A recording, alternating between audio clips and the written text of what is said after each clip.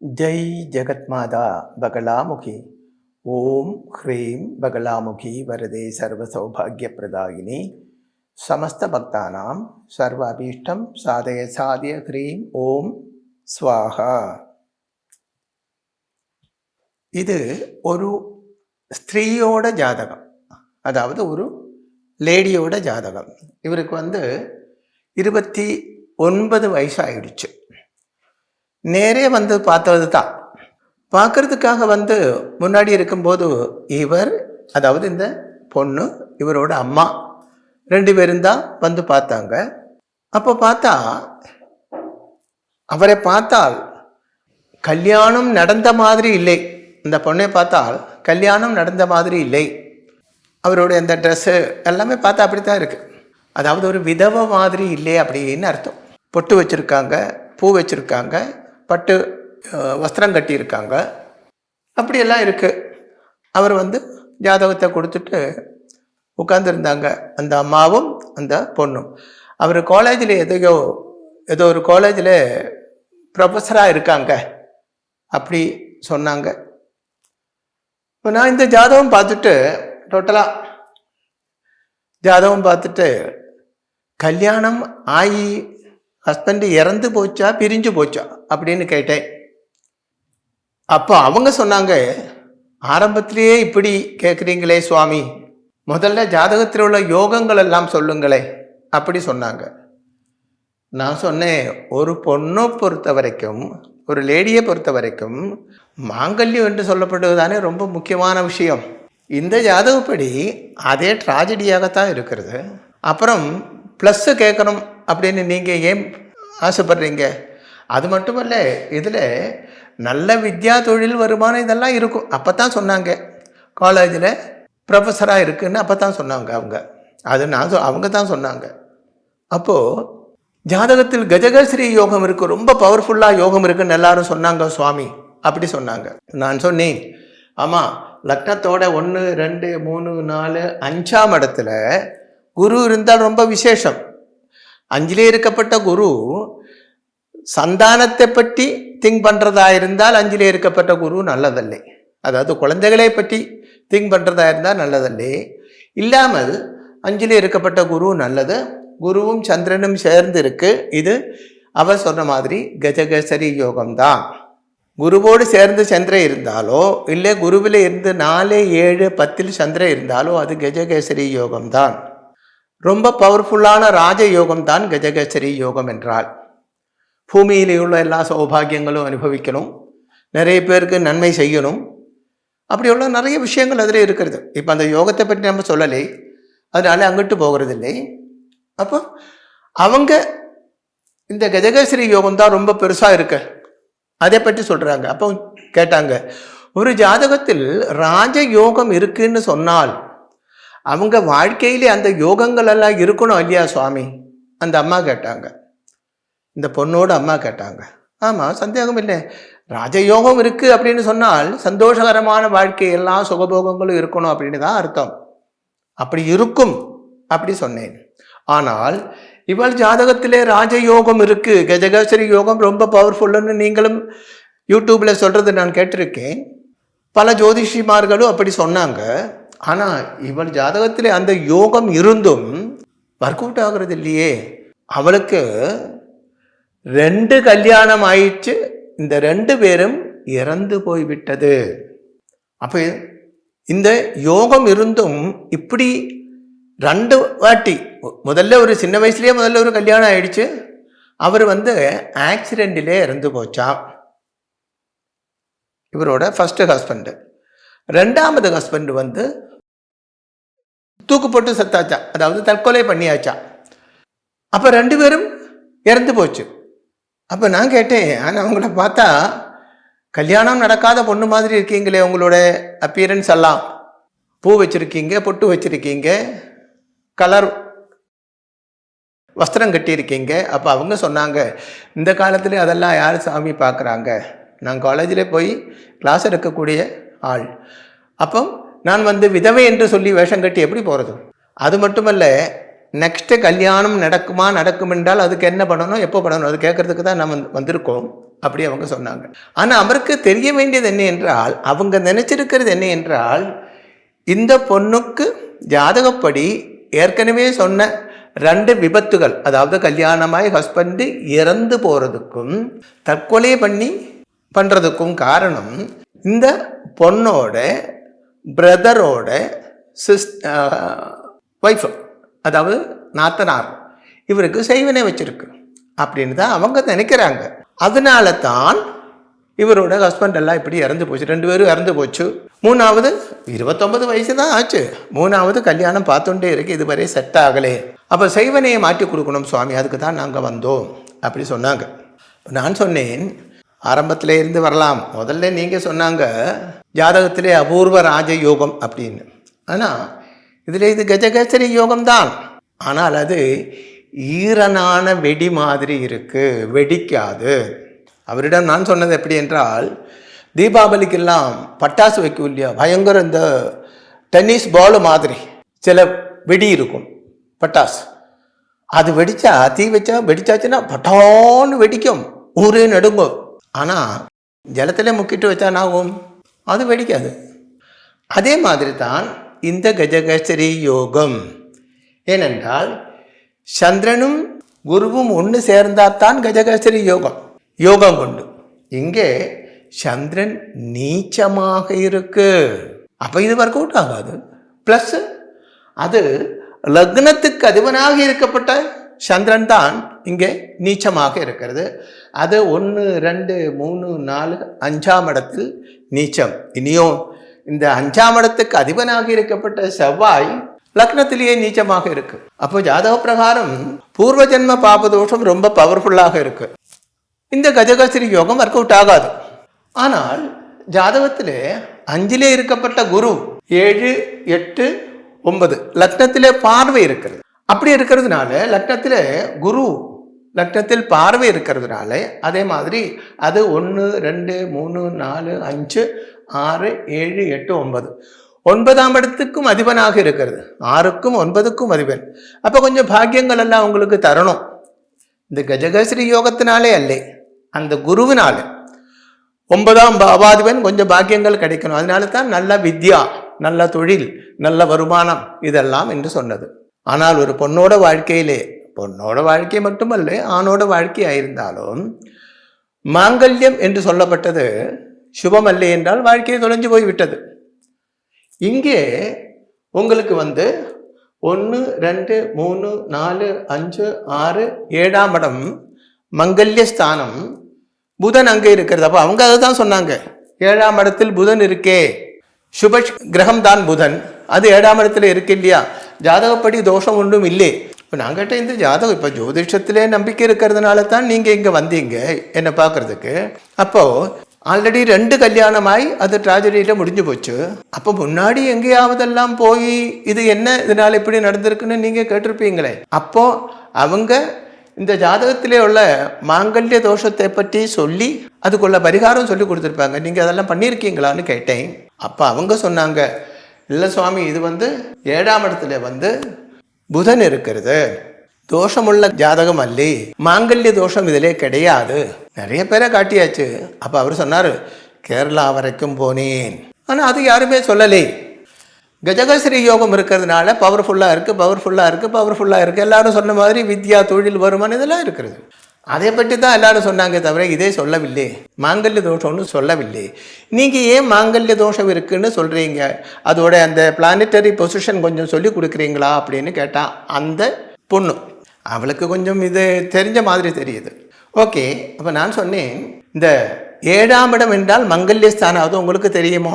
தெரியும், 7ஆம் இடம் மங்கல்யஸ்தானம். ஓகே, அடுத்தது 8ஆம் இடம். இந்த மங்கல்யம் என்று சொல்லப்பட்டது 1 மணி நேரம் இல்லை, 1/2 மணி நேரம் தான். நம்ம ஒரு கல்யாணத்துக்கு போகும்போது கல்யாணம் முடிஞ்சாச்சா அப்படின்னு கேட்கும் இல்லையா, அது அந்த முகூர்த்தத்தில் தாலி கட்டுறதோடு அந்த வேலை முடிஞ்சு போச்சு. அப்போ 7ஆம் இடத்தோட பவர் அதோடு முடிஞ்சு போச்சு. அப்புறம் என்ன ஆகுறது, கல்யாணம் முடிஞ்ச அடுத்த நிமிஷத்திலே இருந்து அந்த பொண்ணும் பையனும் சேரும்போது புதுசாக ஒரு குடும்பம் உண்டாகிறது, உலகத்தில் புதுசாக ஒரு குடும்பம் உண்டாகிறது. அப்போ அந்த குடும்பஸ்தானம் என்று சொல்லப்பட்டது 2ஆம் இடம்தான். லக்னத்தோட 2ஆம் இடம். அப்புறம் கல்யாணம் பண்ணி கொடுக்கறது அதுக்காக, காமசாந்தி உண்டாகிறதுக்காக, அது 8ஆம் இடம். இது 8ஆம் இடம். இந்த இடங்களில், அதாவது 7ஆம் இடம், 2ஆம் இடம், 8ஆம் இடம், இந்த 3 இடங்களிலேயும் பாப கிரகங்கள் இருக்கக்கூடாது. அதிலே முக்கியமாக சூரியன், சனி, ராகு இருக்கவே கூடாது. செவ்வாய் இருந்தாலும் தோஷம்தான், இருந்தாலும் இந்த 3 கிரகங்கள் அதுதான் பெரிய தோஷம் உண்டாக்கும். அது 7லே ஆயிருந்தால் குடும்பம் உண்டாயிட்டு பிரிஞ்சு போய்விடும். 8லே ஆயிருந்தால் அது வைதவிய யோகம்தான், விதவையாகும். 2லே ஆயிருந்திருந்தாலும் குடும்பத்தில் பிரிவு உண்டாகும். அப்படியெல்லாம் தான் உங்கள் ஜாதகம் பார்க்கலாம். உங்களோட ஜாதகத்தில் 7ஆம் இடத்தில் புதன் இருக்கு, ஆனால் 8லே வந்து பாருங்கோ, சனி இருக்கிறது, சூரியன் இருக்கிறது, அங்கே ராகு வேற பார்வை இருக்கு. 1 2 3 4 5 ராகுவோட பார்வை லக்னத்தோட 8ஆம் இடத்துல ராகு பார்வை இருக்கு, பிளஸ் சனி சூரியன் அங்கே இருக்கு. சனி சூரியன் ராகு இது வந்து செப்பரேட்டிவ் டெண்டன்சி உள்ள கிரகமாக இருக்கிறது. அது 8லே இருக்கு. 8ஆம் இடம் தாம்பத்திய உறவு ஸ்தானம், செக்ஸுவல் லைஃப். அப்போ அந்த செக்ஸுவல் லைஃபே 1லே இருந்து பிரிக்கும். அது மட்டுமல்ல, 8ஆம் இடம் என்றால் பதியோட ஆயுர்ஸ்தானம். பதி என்ன ஹஸ்பண்டோட ஆயுர்ஸ்தானம். இங்கே கொடிய பாப கிரகங்களாக இருக்கப்பட்ட இந்த 3 கிரகங்கள் அங்கே பார்வை இருக்கிறது. அப்போ என்ன ஆகும்? பதியோட ஆயுஷையே பிரிக்கும். பதியோட ஆயுஷை பிரிக்கிறது அப்படின்னால் நீ விதவையாகும் அப்படின்னு தானே அர்த்தம். அதுதான் கடுமையான மாங்கல்ய தோஷம். அது மட்டுமல்ல, இந்த சனியும் சூரியனும் லக்னத்தோட 2ஆம் இடத்தில் பார்வை இருக்கிறது. 2ஆம் இடம் என்றால் குடும்பஸ்தானம். அங்கே தான் இந்த கொடிய பாப கிரகங்கள் 8லே இருக்கிறது, பிளஸ் 8லே இருந்து 2ஆம் இடத்தில் பார்வை இருக்கிறது. அதனால தான் இப்படி நடந்தது. இதுக்கு சரியாக பரிகாரம் பண்ணவும் வேண்டும். அது மட்டுமல்ல, ஜாதக பொருத்தம் பார்க்கும் பொழுது ஹஸ்பண்டு தீர்க்காயுஸ் உள்ளவனாக இருக்க வேண்டும். இப்போ முன்னாடி பொருத்தம் பார்த்து தான் கல்யாணம் பண்ணதா சொன்னாங்க. ஆனால் பொருத்தம் பார்த்தவங்க ஹஸ்பண்டோட, அதாவது இந்த பொண்ணுக்கு பதியாக வந்தவன் யாரோ அவனுடைய ஆயுர்பாகம் பார்க்கவில்லை. அவனுக்கு ஆயுஷ் இருந்திருந்தால் அவனுக்கு உயிருக்கு ஆபத்து வராது, பிரிஞ்சிருக்கும். 2 இடங்கள்லையாக வாழ்ந்து கொண்டே இருக்கும். இப்போ எந்த ஸ்ரீ ஜாதகத்திலே இருந்தாலும் 2ஆம் இடத்துலையோ 8ஆம் இடத்துலையோ இதே பாபகிரகங்கள் இப்படி சூரியன் சனி ராகு இந்த மாதிரி ஒரு யோகம் இருந்துட்டு புருஷனுக்கு ஆயுஷ் அதிகமாக இருந்தால் இவர் பிரிஞ்சு போகும், பிரிஞ்சிருக்கும். சிலவங்க லீகலா பிரியுவாங்க, சிலவர் அல்லாமலே பிரிஞ்சு வாழ்வாங்க. புருஷனுக்கு ஆயுசு கம்மியாக இருந்தால் என்னாகும்? பொண்ணுக்கு வைதவியமே உண்டாகும். அப்படின்னா புருஷனோட வாழ்க்கையே முடிஞ்சு போகும் அப்படின்னு அர்த்தம். அப்போ பாருங்க, இந்த ஜாதகப்படி எவ்வளவு சீரியஸாகவே ப்ராப்ளம் இருக்குது அப்படின்னு. இன்னொரு விஷயம் என்ன என்றால் 1 2 3 4 5 6 7 7ஆம் இடம் மங்கல்யத்தை பற்றி பார்க்கும் பொழுது 7ஆம் இடம் மட்டும் பார்த்தால் போராது. அதாவது பாவோல்பாவ சிந்தை, ஏற்கனவே நான் ஒரு வீடியோவில் அதை சொல்லியிருக்கேன். எந்த விஷயத்தை பற்றி திங்க் பண்ணும்போதும் அந்த பாவம், அது இப்போ வித்தியை பற்றி திங்க் பண்ணுறது அப்படி வச்சுக்கோங்களேன், 2ஆம் இடம். அப்போ 2ஆம் இடம் ப்ளஸ் 2ஆம் இடத்தோட 2ஆம் இடம் அப்படி கால்குலேஷன் பண்ண வேண்டும். சந்தானங்களை பற்றி திங்க் பண்ணுறதா இருந்தால் லக்னத்திலிருந்து 5ஆம் இடம் ப்ளஸ் 5ஆம் இடத்தோட 5ஆம் இடம் அப்படி கால்குலேஷன் பண்ணும்போது தான் ஷார்ப்பாக நமக்கு பலன் கிடைக்கும். அப்போ இங்கே மங்கல்யத்தை பற்றி திங்க் பண்ணும்போது எப்படின்னால் 7ஆம் இடம் ப்ளஸ் 7ஆம் இடத்தினுடைய 8ஆம் இடம், அப்படி இது 7ஆம் இடம் லக்னத்தோட 7ஆம் இடம். இந்த 7ஆம் இடத்தினுடைய 8ஆம் இடத்தை சிந்திக்க வேண்டும். இப்போ 7ஆம் இடத்தினுடைய 8ஆம் இடம்னு சொல்லும்போது 1 2 3 4 5 6 7ஆம் இடத்தினுடைய 8ஆம் இடம் என்று சொல்லும்போது லக்னத்தோட 2ஆம் இடம் ஆகிறது. அதைத்தான் ஏற்கனவே சொன்னது. 8ஆம் இடம் 2ஆம் இடம் 7ஆம் இடம் இந்த 3 விஷயங்களும் சொல்றதுக்கு காரணம்.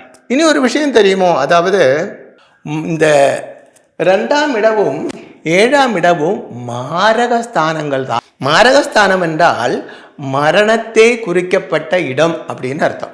இப்போ கல்யாணத்துக்கு சரியாகவே பொருத்தம் பார்க்க வேண்டும் என்று சொல்றதுக்கு முக்கியமான காரணமே இதுதான். ஒரு ஜாதகத்தில் 7ஆம் இடமும் 2ஆம் இடமும் மாரகஸ்தானங்கள் தான். மிருத்யுவே குறிக்கப்பட்ட ஸ்தானங்கள் தான்.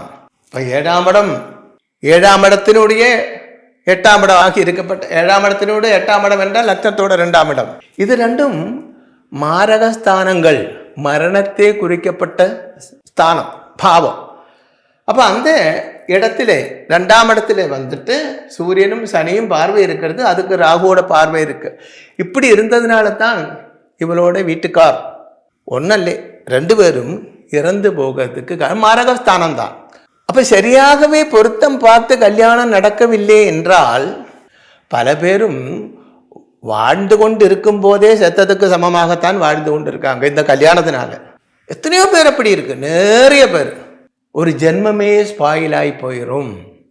வாழ்க்கை வரப்பட்ட வைஃபு கரெக்ட் அல்லே என்றால், இல்லை அந்த புருஷன் கரெக்ட் அல்லே என்றால், அந்த ஜென்மமே இவரோட அது வரைக்கும் உள்ள அந்த கால்குலேஷன், எவ்வளோ கனவுகள் மனசிலே கால்குலேஷன் பண்ணி வச்சுருப்பாங்க. திருமண வாழ்க்கைக்கு அப்புறம் அப்படி இருக்கணும், இப்படி இருக்கணும், அப்படியெல்லாம் ஏகப்பட்ட கனவுகள். ஆனால் அதெல்லாமே குழி தோண்டி புதைக்க வேண்டிய சூழ்நிலை உருவாகும். சுபமல்லாத ஒரு ரிலேஷன்ஷிப் உண்டாயிருந்தால் நிறைய பேரும் தற்கொலை பண்ணுறாங்க, அங்கிட்டும் இங்கிட்டும் அடித்து சாகுறாங்க. இதுக்கெல்லாம் காரணம் ஏனென்றால் அந்த 7ஆம் இடமும் 7ஆம் இடத்தினுடைய 2ஆம் இடமும் மாரக 7ஆம் இடத்தினுடைய 8ஆம் இடம், 7ஆம் இடமும் 7ஆம் இடத்தினுடைய 8ஆம் இடம் அடிக்கடி தட்டி வர்றதுக்கு காரணம் லக்னத்தோட 2ஆம் இடம் ஆகிறது இல்லையா, அதுதான் காரணம். 7ஆம் இடத்தினுடைய 8ஆம் இடம் என்று சொல்லும்போது லக்னத்தோட 2ஆம் இடம் ஆகிறது. அப்போது மங்கல்யத்தை பற்றி திங்க் பண்ணும்போது சாதாரணமாக எல்லாரும் 7ஆம் இடத்தை மட்டும் யோசிக்கிறாங்க. ஆனால் அப்படி இல்லை, 7ஆம் இடம் 8ஆம் இடம் 2ஆம் இடம் இது 3ஐயும் திங்க் பண்ண வேண்டும். அது மட்டுமல்ல, ஷார்ப்பாக நமக்கு ஒரு ஆன்சர் கிடைக்க வேண்டுமானால் 7ஆம் இடத்தினுடைய 8ஆம் இடத்தையும் திங்க் பண்ண வேண்டும். இதுக்கு பாவ திங்கிங் அப்படி சொல்லுவாங்க. அப்போ தான் கரெக்டாக நமக்கு ஒரு விடை கிடைக்கும். அப்போ சுருக்கமாக இந்த ஜாதகத்தில் வைதவ்ய யோகம், அதே நேரத்தில் இந்த குரு அஞ்சலி இருக்கிறது. அப்போது இவளுக்கு குழந்தை பிறக்கும். அப்படித்தான் ஜாதகத்தில் 5ஆம் பாவாதிபதி நீச்சத்தில் இருந்தால் கூட இந்த ஜாதகத்தில் இவருக்கு குழந்தை பாக்கியம் இருக்கு அப்படின்னு தான்.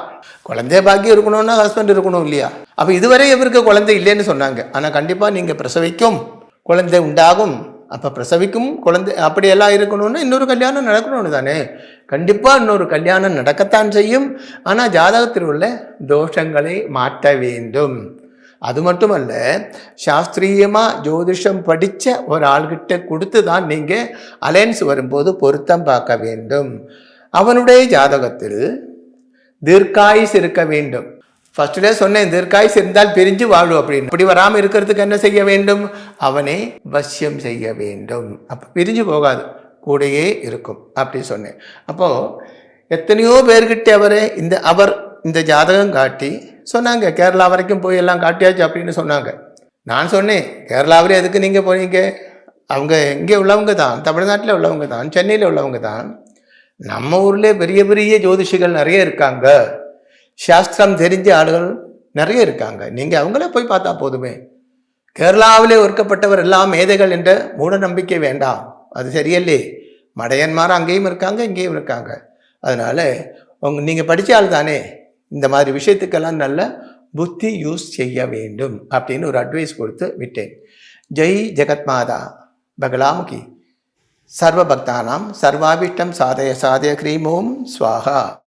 ஸ்ரீ சூரியமங்கலம் அத்வைத வேத வித்யாபீடத்தில் தாந்திரீக பூஜைகளில் சிறந்து விளங்கும் பல ஆச்சாரியர்களால் அமாவாசை மற்றும் பௌர்ணமி நாளன்று சிறப்பு யாகங்கள் நடைபெறுகின்றன. இந்த யாகங்களில் கலந்து கொள்வதன் மூலம் அன்னை ஸ்ரீ பகலாமுகி தேவியின் அருளால் நம் சர்வதோஷங்களும் நீங்கி சகல சௌபாகியங்களும் நம்மை பரிபூரணமாக வந்தடையும்.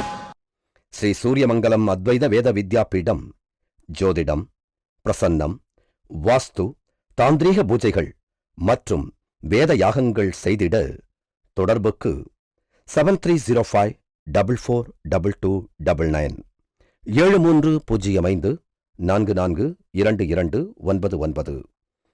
தொடர்பு மையங்கள் சென்னை, கோவை, பெங்களூரு, ஹைதராபாத், விஜயவாடா, டெல்லி, மும்பை, திருநெல்வேலி, டெக்சாஸ்.